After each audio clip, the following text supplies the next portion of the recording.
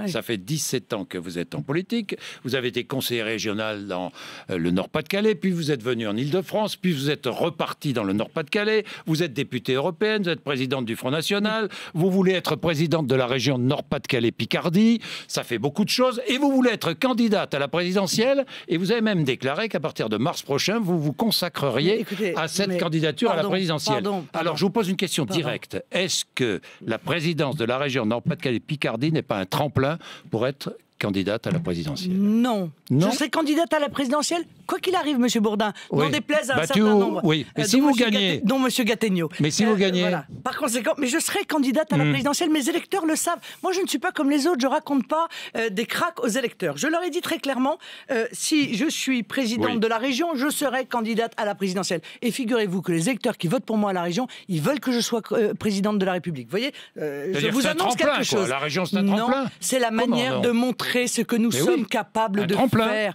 Non, pas un tremplin.